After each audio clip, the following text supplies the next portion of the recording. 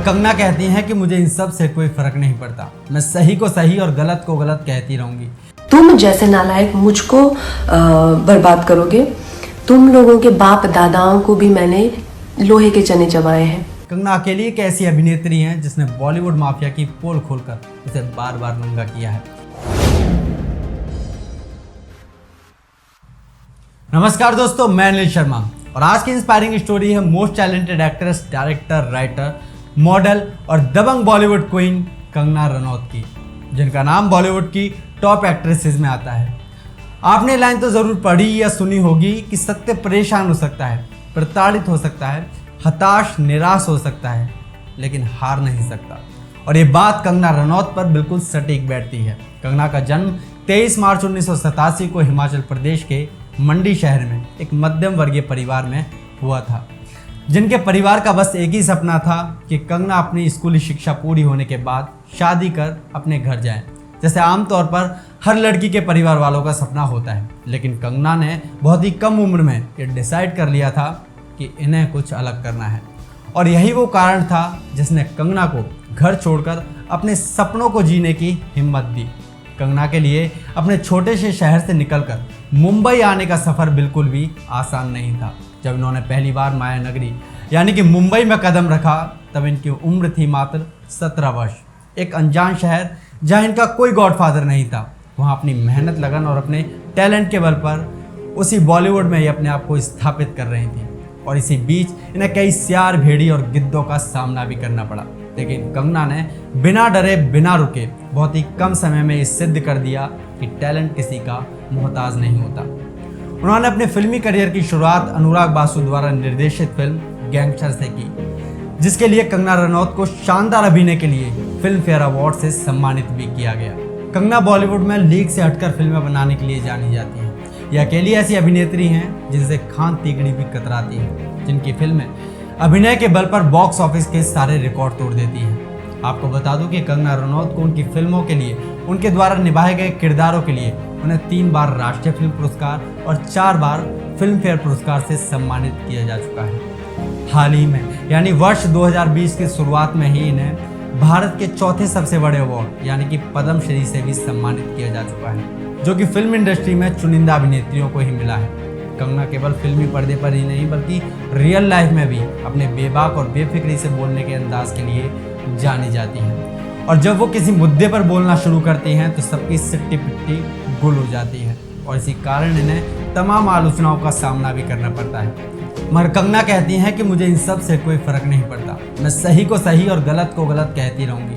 मेरे लिए मेरा देश पहले है और उसके बाद सारी चीज़ें। मैं बुरा मत देखो, बुरा मत सुनो, बुरा मत कहो पर विश्वास नहीं करती। मेरा असूल है कि कोई अगर बुरा करे तो उसे रोको, उसका विरोध करो। अगर कोई बुरा बोले तो अपने कान बंद करने से अच्छा है उसका मुंह बंद कर दो। हाल ही में दिवंगत हुए अभिनेता सुशांत सिंह राजपूत की रहस्यमय मृत्यु, जिसे साजिश के तहत आत्महत्या की शक्ल देकर उसे दबाने की कोशिश की जा रही थी, वो कंगना रनौत ही हैं जिसने सबसे पहले सुशांत सिंह राजपूत की मृत्यु को आत्महत्या न कहकर हत्या यानी कि मर्डर कहा था, और उसका दोषी फिल्म इंडस्ट्री में चल रहे भाई भतीजावाद और जिहादी सोच को जिम्मेदार बताया था। अपने इंटरव्यू में वो जाहिर कर रहे हैं कि मुझे क्यों नहीं इंडस्ट्री अपनाती है, I feel like left over. तो क्या इसमें इस हादसे की कोई बुनियाद नहीं? तो ये सुसाइड थी कि ये प्लान मर्डर था?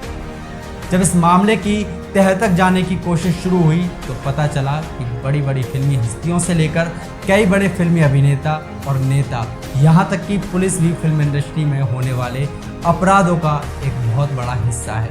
ड्रग माफिया, अवैध हथियारों की तस्करी और भी कई बड़े बड़े अपराध फिल्मी चकाचौंध में रहकर यहाँ होती हैं। कंगना रनौत ने अपने कई इंटरव्यू में ये बात कही है कि बॉलीवुड में अधिकतर फिल्में एक विशेष विचारधारा के तहत रहकर बनती हैं, जिसमें भारतीय संस्कृति और सभ्यता, धर्म, साधु संतों और देवी देवताओं का हमेशा उपहास ही किया जाता है, उनका मजाक उड़ाया जाता है और उन्हें जबरदस्ती लोगों के दिमाग में गलत बिठाया जाता है।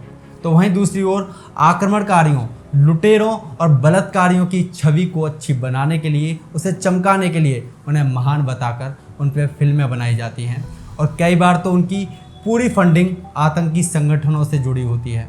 आपने कह दिया कि ये 4-5 खानदान है जो फिल्म इंडस्ट्री चलाते हैं, तो ये तो बात सच है। हाल ही में रिपब्लिक भारत न्यूज चैनल पर एक इंटरव्यू के दौरान उन्होंने ड्रग माफिया गैंग की पोल खोली कि किस तरह बॉलीवुड में ड्रग्स का कारोबार अपने चरम पर है और इस गैंग से बड़े बड़े फिल्मी सितारों के तार सीधे तौर पर जुड़े हुए हैं। कंगना कहती हैं कि जब सारे देश में स्वच्छता अभियान चल रहा है तो अब समय आ गया है कि इस बॉलीवुड रूपी गटर में भी जो कीचड़ जमा हो गया है उसकी भी सफाई कर दी जाए और इसकी जिम्मेदारी हर भारतीय को लेनी होगी। जिन फिल्मों में भारतीय संस्कृति, सभ्यता, देवी देवताओं या साधु संतों का मजाक उड़ाया जा रहा है उन फिल्मों का बहिष्कार करना होगा और यह हर भारतीय का कर्तव्य भी है। आइडल मानते हैं, कैसे इस तरह के लोगों को आप जो है भगवान की तरह इनको पूछते हैं, किस लिए? हाल ही में शिवसेना और कांग्रेस ने बीएमसी की आड़ में जल्दबाजी में जो फैसला लिया कंगना रनौत का घर तोड़ने का, उससे साफ पता चलता है कि एक लड़की ने इनकी हवा निकाल के रख दी है और अब ये बौखलाए हुए हैं। कंगना ने जब डंके की चोट पर कहा कि मैं मुंबई आ रही हूँ और जो उखाड़ना है उखाड़ लो, तो चमचों की पूरी सेना में खलबली मच जाती है और क्या करें खिसियानी बिल्ली खम्बा नोचे वाली कहावत को सिद्ध करके कंगना की गैर मौजूदगी में उनके घर पर प्रहार किया जाता है और मुगलई राजनीति का बाबर गुंडई का नमूना पेश किया जाता है और लोकतंत्र की धज्जियां उड़ा दी जाती हैं। कंगना अकेली एक ऐसी अभिनेत्री हैं जिसने बॉलीवुड माफिया की पोल खोलकर उसे बार बार नंगा किया है। इसके अलावा कंगना उन सब लोगों को आईना दिखाती हैं जो कि अमेरिका में हुई दुर्घटना पर तो फूट फूट कर रोते हैं, लेकिन पालघर में साधुओं की लिंचिंग पर बिल्कुल मौन रहते हैं या यूं कहें कि उनकी बोलती बंद हो जाती है। कंगना रनौत उन सब लोगों को आईना दिखाती हैं जो आक्रमणकारियों, बलात्कारियों पर तो फिल्में बनाते हैं, लेकिन कश्मीरी हिंदुओं पर हुए अत्याचार पर उन पर एक फिल्म नहीं बनती। कंगना रनौत उन सब लोगों को आईना दिखाती हैं जो होली दिवाली पर पानी बचाओ पटाखे मत जलाओ का झंडा लिए सड़कों पर निकलते हैं, लेकिन खास त्योहारों पर बेजुआ जीवों की हत्या को वो बढ़ावा देते हैं, उसे सही मानते हैं।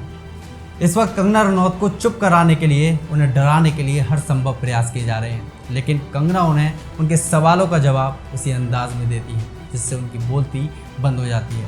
तुम जैसे नालायक मुझको बर्बाद करोगे, तुम लोगों के बाप दादाओं को भी मैंने लोहे के चने चबाए हैं।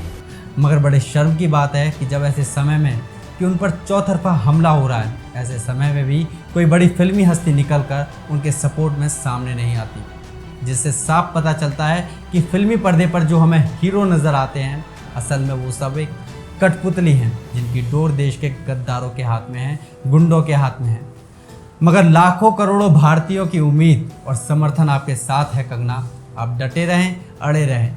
अगर आप भी कंगना रनौत का, उनके विचारों का समर्थन करते हैं तो इस वीडियो को लाइक कीजिए और अधिक से अधिक शेयर कीजिए। मेरे चैनल को सब्सक्राइब कीजिए। अब मिलते हैं अगली वीडियो में, जब तक के लिए जय हिंद, जय भारत। Thank you.